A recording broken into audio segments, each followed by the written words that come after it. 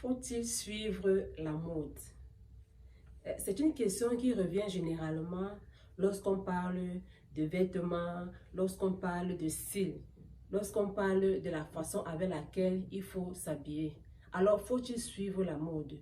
Dernièrement, il y a une dame qui m'a posé la question de savoir si parmi les vêtements que je propose, il y a ceux qui sont à la mode. Est-ce que dans les vêtements que je propose, est-ce qu'il y a les dernières tendances? Alors, ça a attiré mon attention.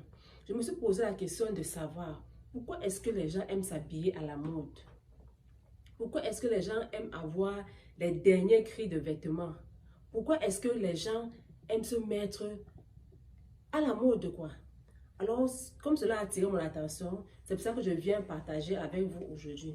Alors, ce que vous devez déjà savoir, c'est que tout le monde est dans la mode. Alors, tout le monde suit la mode d'une façon ou d'une autre.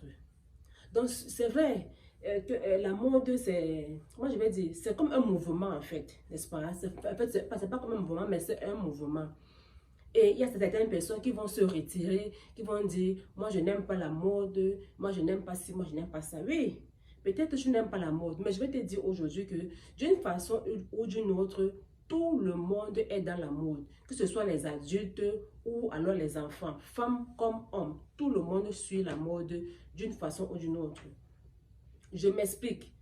En 2000, nous sommes en 2023. On ne s'habille pas comme en 1960, par exemple. Le dress code de 2023 n'est pas le même qu'il y a de cela, c'est pas 50 ans. Nous sommes au 21e siècle. La façon avec laquelle on s'habille maintenant, ce n'est pas la même façon avec laquelle on s'habillait hier, par exemple. Donc, on s'habille selon son époque. Et donc, d'une façon, comment je vais dire, et donc à la mode. Donc, tout le monde suit la mode. La façon de se tresser n'est pas la même chose. Les coiffures, le traçage, regardez comment le traçage a évolué. Comme nos mamans, comme nos mamans traçaient les cils, ce n'est pas de la même façon qu'on trace les cils aujourd'hui. Donc les styles évoluent en fonction des saisons.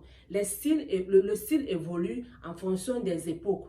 Donc, ce que vous devez savoir, c'est que tout le monde suit la mode. Les vêtements que vous allez trouver, par exemple, dans les shoppings, ce sont les vêtements d'une certaine, les vêtements d'une certaine période. Donc, les vêtements qui sont même imposés à votre... Les vêtements qu'on met à votre disposition sont déjà à la mode. Donc, la question n'est pas de savoir s'il faut suivre la mode ou pas. La question n'est pas de savoir s'il faut suivre la mode ou pas. La question est de savoir quel est l'impact que la mode a sur nous. Quel est l'impact que la mode a sur nos mentalités. Est-ce que quelqu'un peut s'habiller avec les vêtements de nos jours et rester authentique? Est-ce que quelqu'un peut s'habiller de nos jours et rester original et garder ses sources et garder ses traces? Ça, c'est la question qu'il faut se poser. Il faut déjà, et en plus, il faut savoir que la mode, c'est... Comment je vais dire ça? Ça évolue, mais des fois, on prend les choses d'avant qu'on ramène dans le présent. En fait, on dépoussière juste les choses. Par exemple, le pantalon comment je vais appeler ça? Le pantalon pattes d'éléphant que nos parents ont porté. Nos parents portaient les pantalons pattes d'éléphant. Quand je vois les photos de mes parents, il y a les pantalons pattes d'éléphant. Et vous n'allez pas me dire le contraire. Mais c'est revenu sous un autre nom. Quand on était dans un atelier, j'ai entendu parler de pantalon flare. Et quand je vois la photo, je vois le pantalon pattes d'éléphant. J'étais étonnée, franchement. Le pantalon Kabila est devenu, je ne sais pas, pantalon cargo.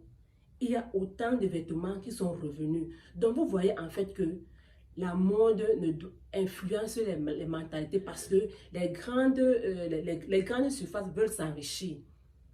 C'est pour que les grandes surfaces s'enrichissent. Donc, on prend les vêtements de 1900, je ne sais, je ne sais combien, on ramène en 2000, on change de nom. D'où le gaspillage d'énergie, le gaspillage en temps, le gaspillage d'argent.